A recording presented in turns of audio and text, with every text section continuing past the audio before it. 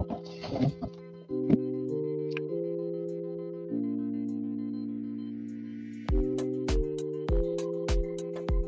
right, Shalom. Shalom. This is Har1 by Yasha Allah of the Lionton Camp. Before I begin, I want to say Kal Halayim, La Yahweh, by Hashem Yahushai, by Hashem, Harakar Kodash, Ma'amah. Double honor to the elder apostles of GMS and the elders. Shalom to you, Akim, Nagwati, my children, that believe in sincerity and truth around the four corners of the earth. This is going to be a quick update dealing with Three-Eye Atlas, what they call Three-Eye Atlas, which a lot of us believe that, well, I'll speak for myself, I believe personally that it could be a fleet of chariots, all right? There's been many other objects that have just popped up in the past recent month out in space that have brought a multitude or a variety of different anomalies, right? That defy the laws of physics and go beyond the understanding of Esau's magi's, their scientists. So today, well, a couple of days ago, what's his name? Dabu 7. All right, he kind of like a outside person looking in. He don't have the exact details, but he know how to find them.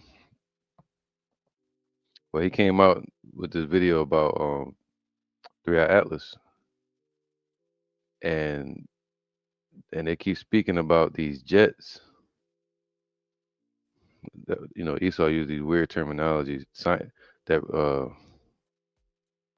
reflects their scientific hypothesis, and they're speaking about these jets that's coming out of Three-Eye Atlas, and this one right here on the left is facing towards the sun. But something peculiar, or significant that I'll say interesting that that Dabu 7 spoke about.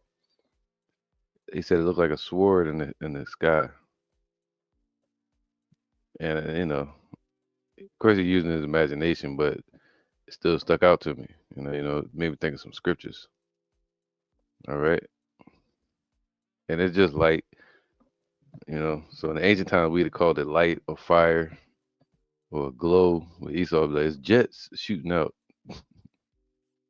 But with that in mind, either way, it brought some scriptures to my mind. I want to get dealing with the sword. All right, but I'm gonna play his video first. This is from Dabu 7, and I'm gonna keep it brief. Here you go. Check it out. Hey guys, Dabu 7.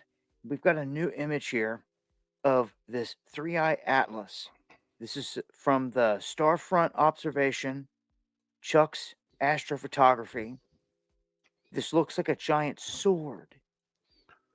And it looks like the handle part on the left here, that's the part that is facing toward the sun. And then you've got this massive jet kicking off out in the other direction.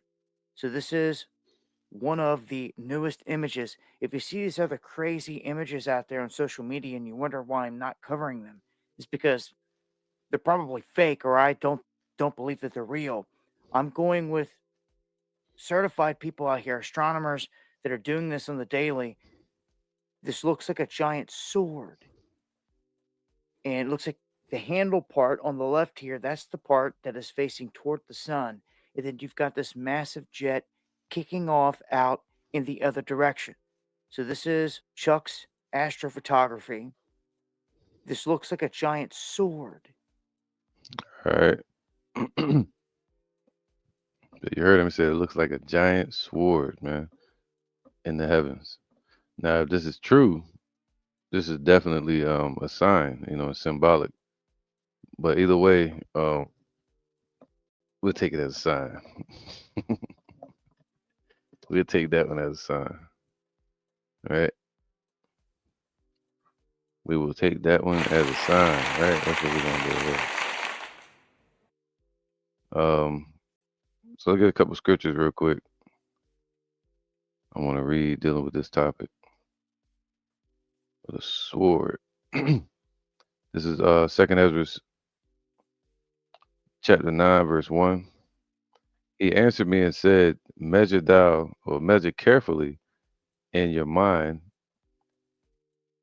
and when you see that some of the predicted signs have occurred, I'm reading it in translation real quick, just for detail.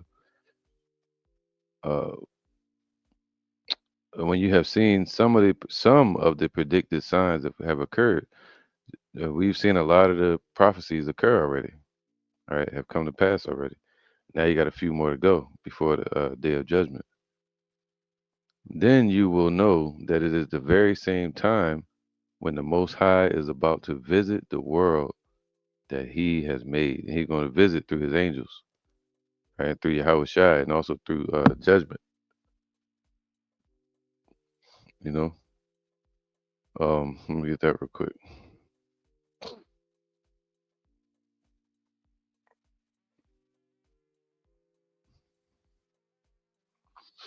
This is Isaiah 29:6, and it says, "Thou shalt be visited of Yahweh with thunder and with earthquake and with great noise and with storm and tempest and the flame of devouring fire." All right. So when your Most High visits, He brings penalties, which goes into judgment, and also He visits through His with His holy angels. All right, visitation called divine intervention. Um, there you go.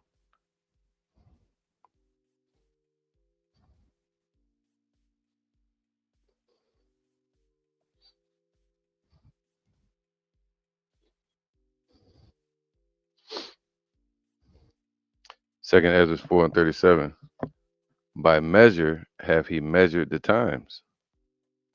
All right, so Esau's rulership is almost up. You can read that in Second Ezra chapter 6. Esau is the end of the world, and Jacob is the beginning of it that follows. The Lord set their boundaries that they cannot pass it, a time limit for them to rule, a little season. By measure hath He measured the times, right, the kingdoms, or the ages, and by number hath He numbered the times. And He doeth not move nor stir them until the said measure be fulfilled, the said prophecies, until the prophecies be fulfilled. So now the Lord is stirring things up, all right, and about to move Esau out of the way. Um, verse 2. Then you will know that it is the very same time wherein the Most High is about to visit the world that He has made. All right, and that's what this three-eye atlas and these R2 Swan and V1 Borisov or whatever, they all look like it seem like a visitation, right? Like not a an invasion yet, but a procession. All right, let me get that.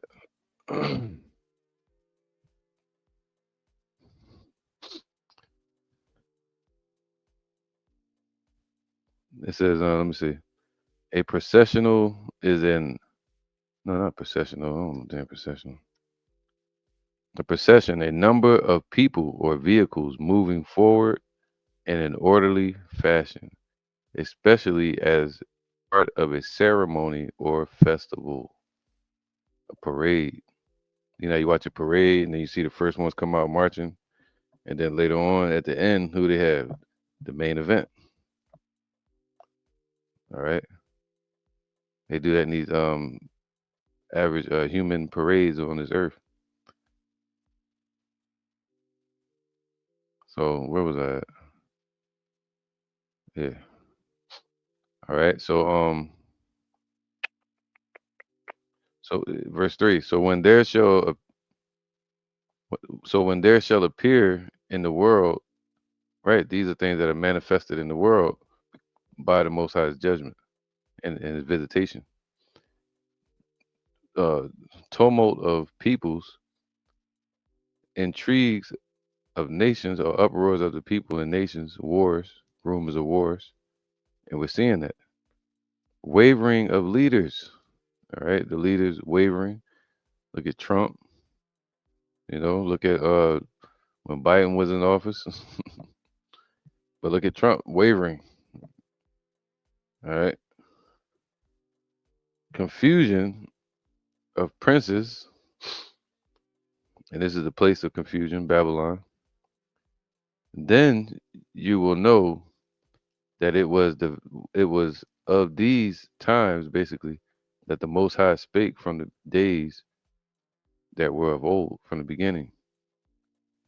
For just as with everything that has occurred in the world, the beginning is evident, right? The beginning of it is evident. This is it, the prophecies. Just like it's the end of Esau's rulership and it's the beginning of ours, and it's evident when we were going into slavery, when we were going into Babylon, going into Egypt, and when we came out of Egypt. These things are evident,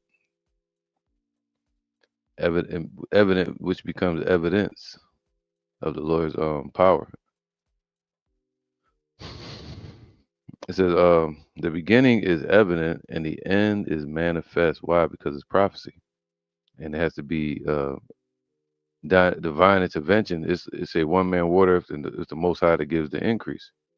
So all these things are settled in place on the earth, but it's the Most High that brings it to pass. So that creates the story. We live our lives as a tale that is told. All right. It says, so also are the times of the Most High. See, the ages of the Lord. The beginnings are manifest in wonders, all right, and mighty works, and the end in penalties and in signs, man. So we're seeing some of the signs. And one of these signs are the chariots out in the heavens and the Lord's arrival. It shall be that all it shall be that all who will be saved and will be able to escape on account of their works or on account of their faith by which they have believed. So you got some brothers that's out here doing the work and teaching, and then you got the believers also, the ones that hear the message, you know. So we know we're at the end. You're gonna start seeing signs in the heavens, such as this possible sword, look like a sign. That's not a sign of peace. All right. That's what they thought. They thought the Lord was gonna show up putting up peace signs and shit. No, no, no. It's this is Matthew's. Yep, Matthew's 10:34. Think not that I am come to send peace on the earth. I came not to send peace, but a sword, man. So when the Lord shows up, he's coming to send a sword on the earth. Matthew's 10:34. Let's get that. Matthew's 10:34.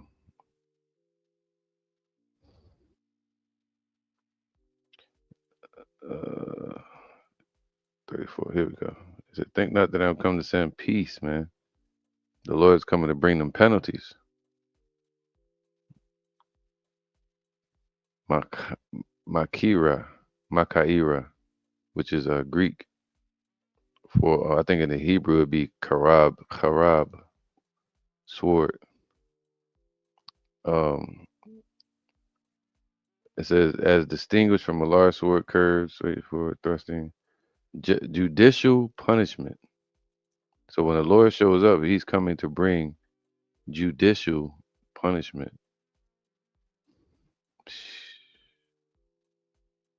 Judge Dredd, judicial. Let me put judicial. Judicial, um, by or appropriated to a court or a judge. Judicial. And I'm gonna look up judicial punishment.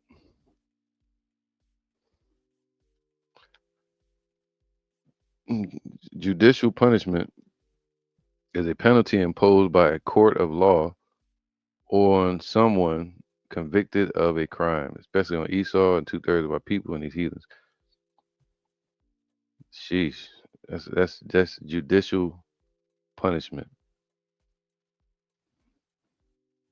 All right, to bind them up, to put them in prison. Uh, so he's coming to bring a sword. Let me get this word sword. Do I have it here?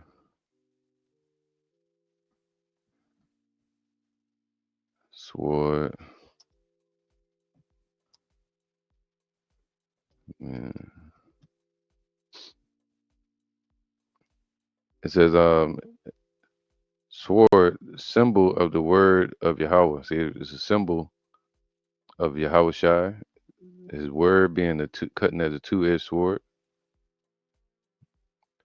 All right, and also the missiles, the judgment, and also nations invading.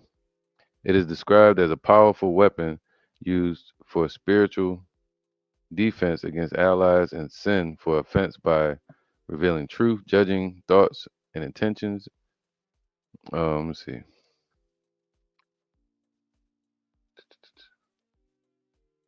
Yeah, they're not really going in, but we know it has many definitions to a sword. All right. The Lord uses nations as a sword as well. But right here, this is symbolic of Yahweh Shai, symbolic of his word, symbolic of the intentions of the Lord against the heathens and against the wicked, I should say. All right, so let's go here. It said, think not that I am come to send peace on the earth. So don't think in your mind that the Lord is showing up like a hippie or an Edomite, you know, or all we need is love type shit. I came not to send peace, but a sword, man. So he's coming to bring uh the wrath of Yahweh, all right, and to bind the wicked in chains and fetters of iron, to execute the Lord's vengeance upon the earth. All right. So think not that I'm come to send peace on the earth. I came not to send peace, but a sword. Now, what if somebody you've been waiting for sends you this in the mail, like a, a image of a sword? You gonna think they coming to see you, and they send you a gun, a picture, or a sword? You're like, I look forward to your arrival, man. All right. So verse 35. For I am. So now, get this. Hebrews 4:12.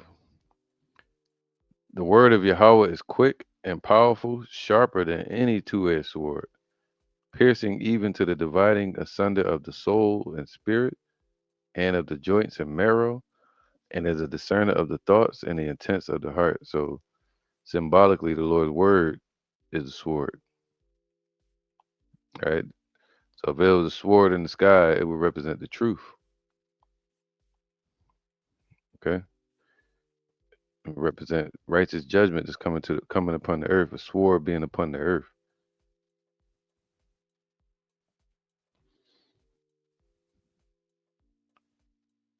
Let me get this one. Isaiah 34:5. For my sword shall be bathed in heaven. That's what he's talking about, is those ICBM missiles. All right. So a sword is definitely symbolic of the energy that the Lord putting off. What they say, aura, his vibe. Yeah, the vibe is the sword, judgment. For my sword shall be bathed in heaven. Talking about the missiles. They're gonna be bathed in the Shemayim. You know. I was watching a video earlier where they showed the tether that was from the 1970s or something, where it had broken off out in space, and they zoomed in to look at it, and there was all kind of chariots around it. And the person that was speaking on the mic, he was like, "Yeah, we're moving the tether. I'm zooming in on the tether now. I see all kind of objects swimming around it, swimming around it. All right, that's the Shemayim, the waters out in the heavens." Um, So his sword is going to be bathed in heaven as an intercontinental ballistic missile, ICBMs, created and established now for these for the Lord's judgment. All right, his judicial proceedings. For my sword shall be bathed in heaven. Behold, it shall come down upon Idumea. So his focus is Esau and what they built. This place, what they call America, this bitter land, bitter place, also known as Babylon. All right, is also known as what? Idumea. And upon the people of my curse to judgment. So 2/3 and these heathens.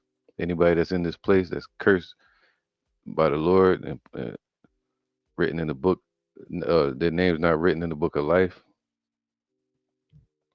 then they're set up to be destroyed. The sword of Yahweh is filled with blood.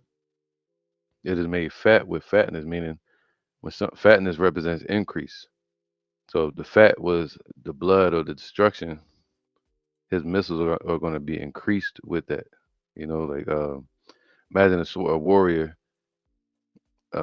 He brandished his sword, ready to swing it, and it's clear and clean and shiny and furbished. And then he swing it and pull it back, and you look at it again in the picture. It got blood all over it, and it's going to increase with more blood. That's what it means. It made fat with fatness.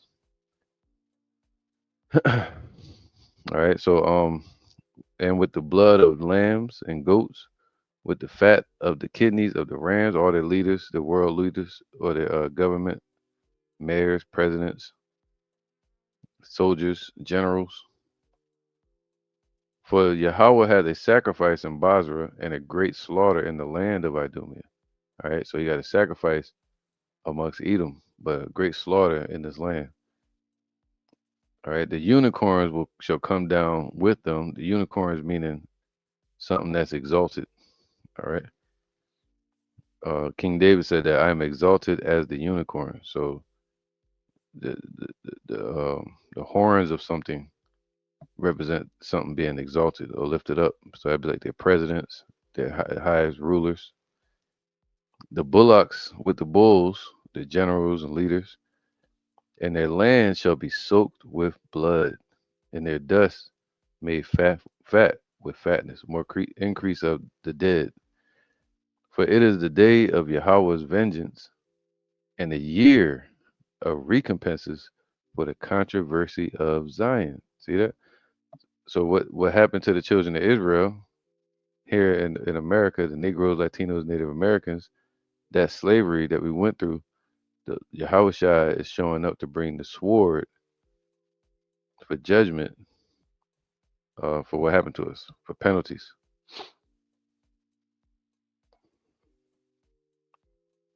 All right.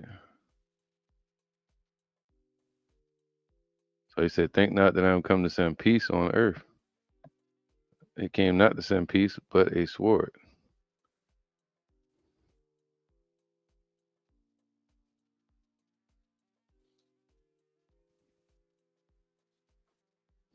My bad. So like, I'm gonna get this real quick.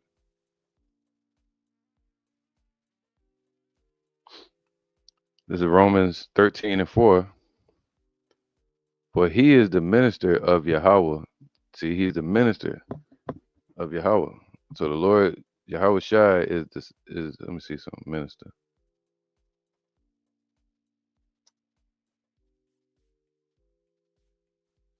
All right, minister.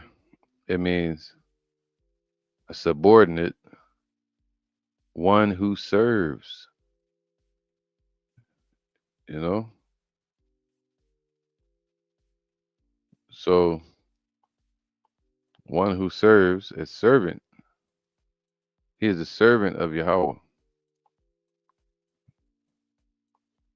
right. The one that performs. It's deep. So a minister, so for he is Yahweh Shai is the minister to thee of Yahweh to thee for good. But if thou do that which is evil, be afraid, for he beareth not the sword in vain. For he is the minister, the servant, the performer. the executor of Yahweh, a revenger. So you're getting revenge for the children of Israel, a revenger to execute wrath upon him that doeth evil, man. All right. So yeah, I just want to get this real quick. I'm trying to do the quick lessons. But he said, "What? Think not that I'm come to send peace upon the earth, but a sword." He said, "You shall see signs in the heavens," and this could be one of them. With that, I'm gonna end and say, Shalom.